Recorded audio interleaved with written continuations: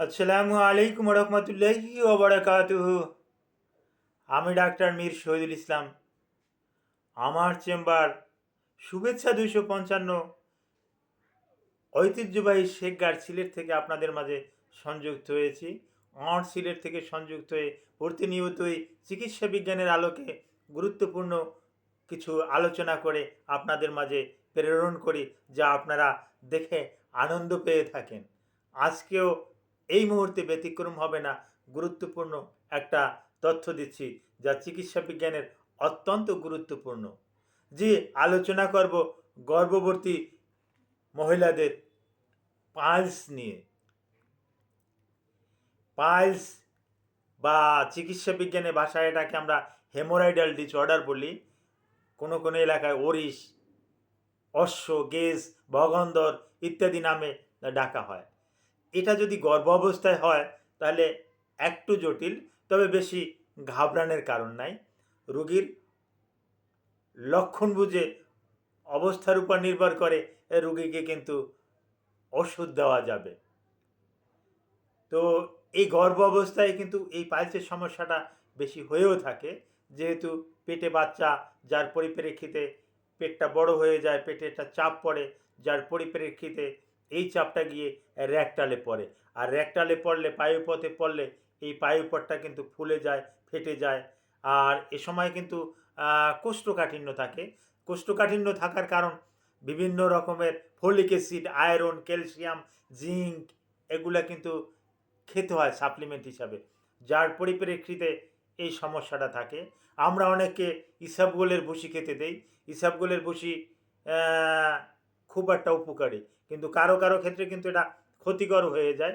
ইসাবগোলের ভুসিটা মূলত একটা ফাইবার, একটা আঁশ।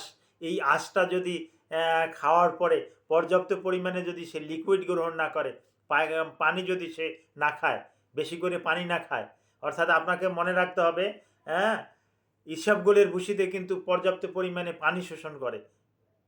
কোনো কোনো স্টাডিতে আছে 50 ভাগ পানি শোষণ করে। তো এই পানি শোষণ করে। তো আপনি যদি স্বল্প পরিমাণে খান আর যদি পানি কম খান, তাহলে পায়খানাটা কিন্তু মোটা হয়ে বাহির হবে।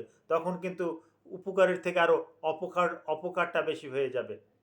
আর এই সময় আমরা রুগীদেরকে বলি, আপনি স্বাভাবিক খাবার খান, দুধ খান, হ্যাঁ, তারপর আসে বিভিন্ন রকমের ফল টল খান, শাক সবজি খান, হ্যাঁ, লাউ খান, বিভিন্ন রকমের লাউ আছে, লাউ খান। এতে আপনার কোষ্ঠকাঠিন্য থাকবে না। আর জাতীয় খাবার খান, বিটা ক্যারোটিন খান, গাজর খান, হ্যাঁ, এতে আপনার অনেক উপকারে আসবে। কিন্তু কিছু কিছু ফল আমরা নিষেধ করি, যেমন পেয়ারা, বিচি কলা, কলা, এগুলো খেলে আবার কোষ্ঠকাঠিন্য হয়ে যায়। বিচি কলায় তো বেশি কোষ্ঠকাঠিন্য হয়ে যায়, যার পরিপ্রেক্ষিতে দেখা যায় যে ওই ফিস্টুলা, অ্যানাল ফিসার, হ্যাঁ, এই বিভিন্ন রকমের সমস্যা কিন্তু দেখা যায়। পায়খানার রাস্তা ফেটে যায়, হ্যাঁ, পায়খানার রাস্তা ফুলে যায় এবং বড় হয়ে নিচের দিকে ঝুলে যায়। তখন ওখান থেকে ফোটায় ফোটায় রক্ত যায়। তখন কিন্তু সমস্যাটা অনেক বেশি। আর এ সময় কিন্তু অনেক ঔষধ আছে, অ্যান্টিবায়োটিক আছে, নির্দিষ্ট কিছু অ্যান্টিবায়োটিক আছে, সেগুলো দেওয়াও যাচ্ছে না।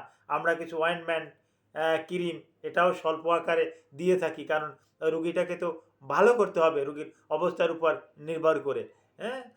আর এই সময় খেয়াল রাখবেন যাতে, আর পায়ুপথের যত্ন নেবেন, কারণ এই শরীরের অন্য অন্য যে সমস্ত অঙ্গ প্রত্যঙ্গ আছে, আমরা যখন ঘুমাই স্কিনের, তখন অন্য অন্য জায়গাতেও কিন্তু কাজ করে।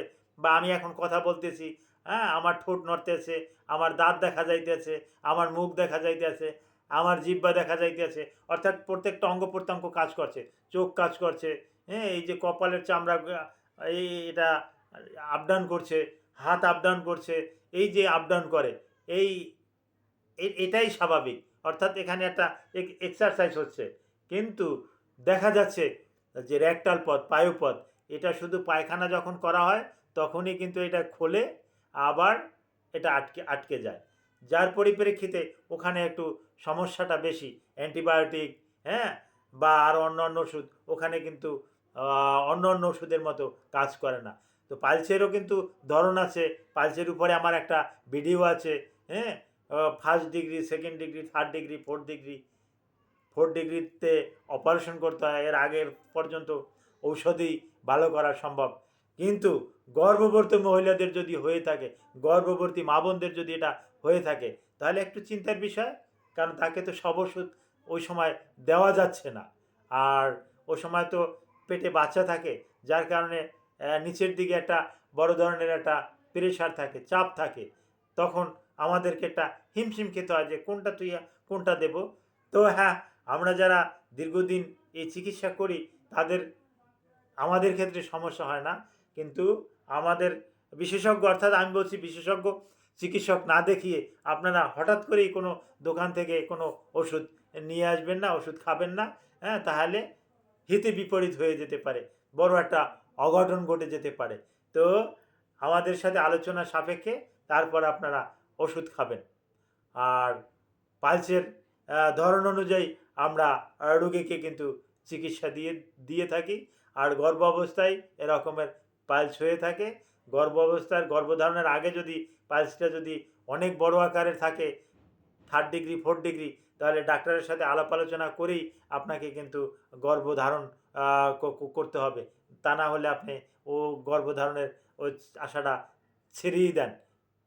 আর যদি নর্মালে থাকে অসুবিধা নাই, আপনি স্বাভাবিক জীবনযাপন করেন, এটা নিয়ে ভয়ের কোনো কারণ নাই, আপনি ভালো হয়ে যাবেন। তবে অবশ্যই ডাক্তারের পরামর্শ অনুযায়ী চলবেন, ডাক্তারের পরামর্শ অনুযায়ী চলবেন না। আর এই সময় বিভিন্ন রকমের খাবার দাবার বেশি বেশি খাবেন, কারণ এই সময় মা বোনদের কিন্তু এই সময় কিন্তু ব্লাডের হিমোগ্লোবিনের পরিমাণটা কিন্তু অনেক কম থাকে। আজকেও একটা রিপোর্টে দেখছি 9 গ্রাম/ডেসিলিটার, তো অনেকটা কম আছে। তাকেও বলছি যে না, আপনি পালং শাক খান, লাল শাক খান, গাজর খান, বিটরুট খান, এরকমের কবুতরের মাংস খান, মুরগির মাংস খান। এগুলো খেলে আপনার আস্তে আস্তে করে ব্লাডের হিমোগ্লোবিনটা বেড়ে যাবে। এতে করে হবে কি, আপনার রক্তশূন্যতা দূর হয়ে যাবে। এক্সট্রা আয়রন নেওয়ার দরকার নাই। এক্সট্রা আয়রনের ভিতরে carbonyl iron, polymaltose iron, iron sucrose, ferrous sulphate, ferrous gluconate, এই সমস্ত আয়রন এগুলা কিন্তু কনস্টিপেশন করে, এগুলাকে কিন্তু পানি শোষণ করে নেয়, এগুলা কনস্টিপেশন করে, আপনার পায়খানাটা শক্ত করবে, পায়খানার রঙটাও পরিবর্তন করে, রঙটারেও কালো করে দেয়। হ্যাঁ, আপনার দেখতেও বিচ্ছিরি লাগে। তো কাজেই এই সমস্ত ওষুধ আমরা সাধারণত খাদ্যের মাধ্যমে যদি নিয়ন্ত্রণে রাখতে পারি, তাহলে এগুলোর দরকার নাই। আপনি সজনে খান, সজনে পাতা খান, সজনে ফল খান, হ্যাঁ, সজনা যেভাবে ইচ্ছে সেভাবে খান, আপনি আয়রন পেয়ে যাবেন, মিনারেলস পেয়ে যাবেন, সব কিছু পেয়ে যাবেন।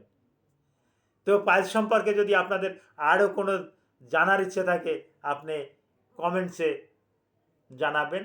আর আমার ভিডিওর নিচে কিন্তু লিঙ্কের কাছাকাছি কিন্তু আমার হোয়াটসঅ্যাপ নাম্বার দেওয়া আছে, আমার মোবাইল নাম্বার দেওয়া আছে। আমাকে সরাসরি আপনারা কল করতে ভুলবেন না। Thank you all.